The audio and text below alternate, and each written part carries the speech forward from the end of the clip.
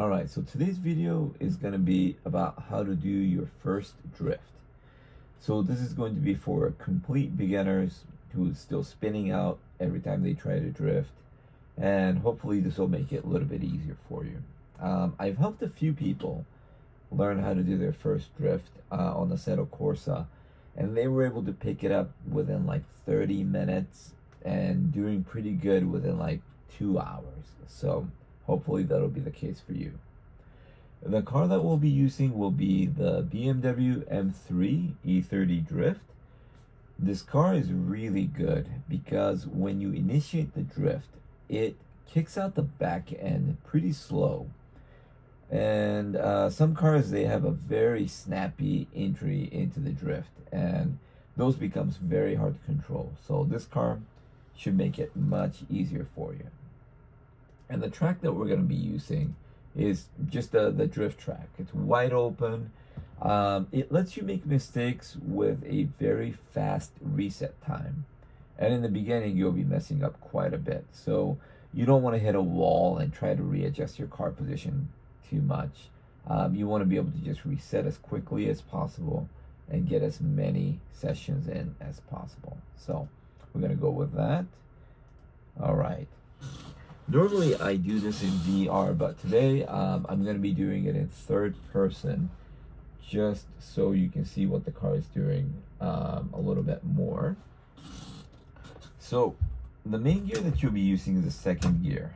Okay, so you might start at first, but put it into second gear, and that is where the gear can stay. All right, so we're going to go to the oval track over here. And the way we want to do it is go left. Okay, the oval is going to be a little bit easier for you to drift in, going left instead of right. Okay, so in the beginning, I would recommend just doing maybe 1 or 2 laps, just to get used to the track, to the oval. Okay, and then when we do the drift, we're going to be starting right about here, initiating here.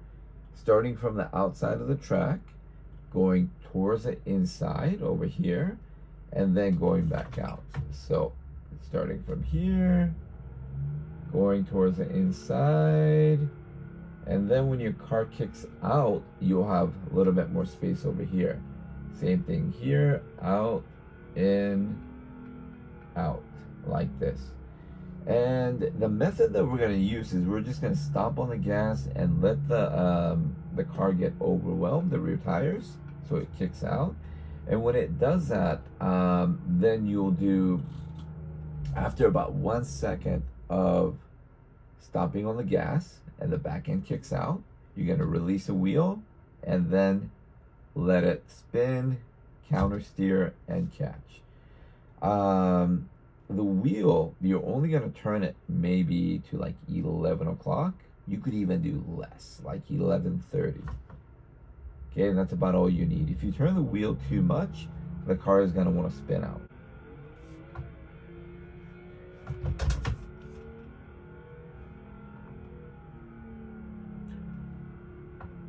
Okay, so here we go. Starting from the outside, turning the wheel to about 11 o'clock. Stop on the gas. Release and catch. 11 o'clock, stop on the gas.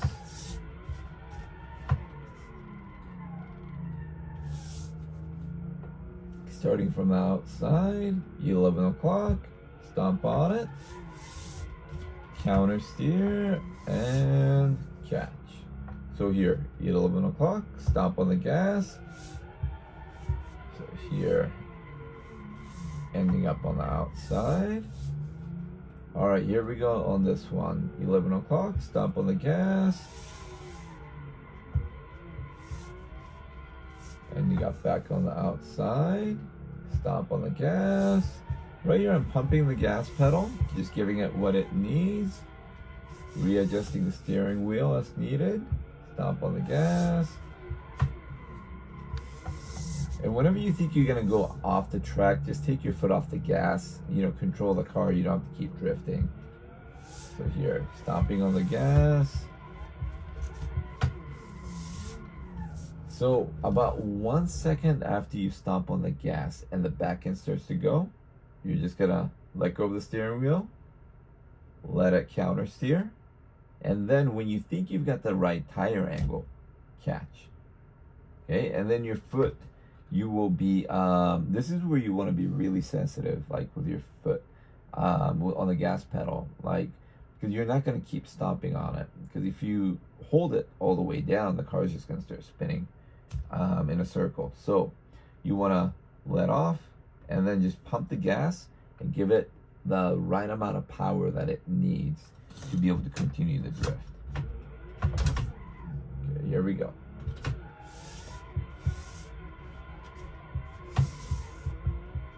And if you listen to the engine note, you'll get a better feel for what I'm doing with the pedal instead of just looking at my foot here. Okay, and I will turn the volume up so you can hear it a little bit better. Alright, so listen to the engine sound on what I'm doing with my foot for the drift. So 11 o'clock, stomp on it.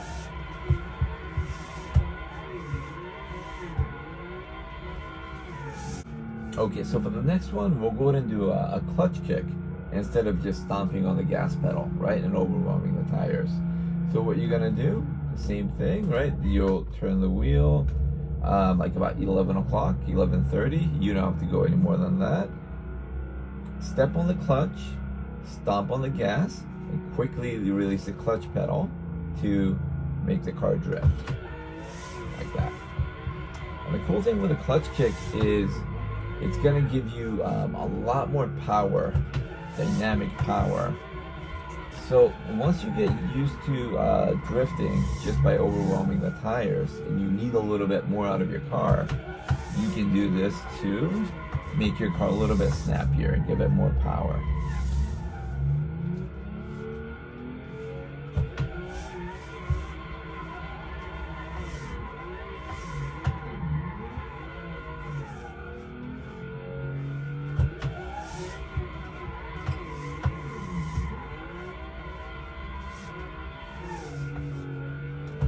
The other thing that I think will give you a lot more control over whenever you think you're gonna spin out, end up off on the side, just take your foot off the gas. Yeah, just reset it and try again. See, so I can take my foot off the gas right now, do a mini drift, and go right back to my business. All right, here we go. Take my foot off the gas, and just let it reset. Like that alone, I think would teach you quite a bit about what's happening with your car. And once you get comfortable, right, take your foot off, put it back on, foot off, back on, foot off, back on, that kind of thing.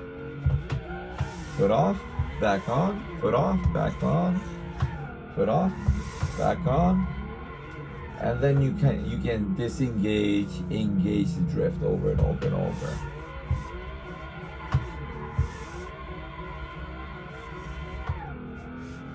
But in the beginning, if you just get comfortable, you're letting your car shut down by taking your foot off the gas, it'll really help in understanding how your car works. Alright, so once you get comfortable with a basic drift, see if you can go longer. Go through the whole corner, start drifting early.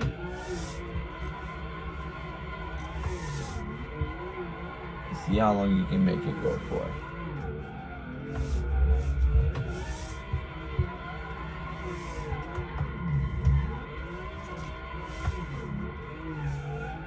Alright, hopefully that was helpful. If you have any questions, please leave it in the comments and I will do my best to get back to you.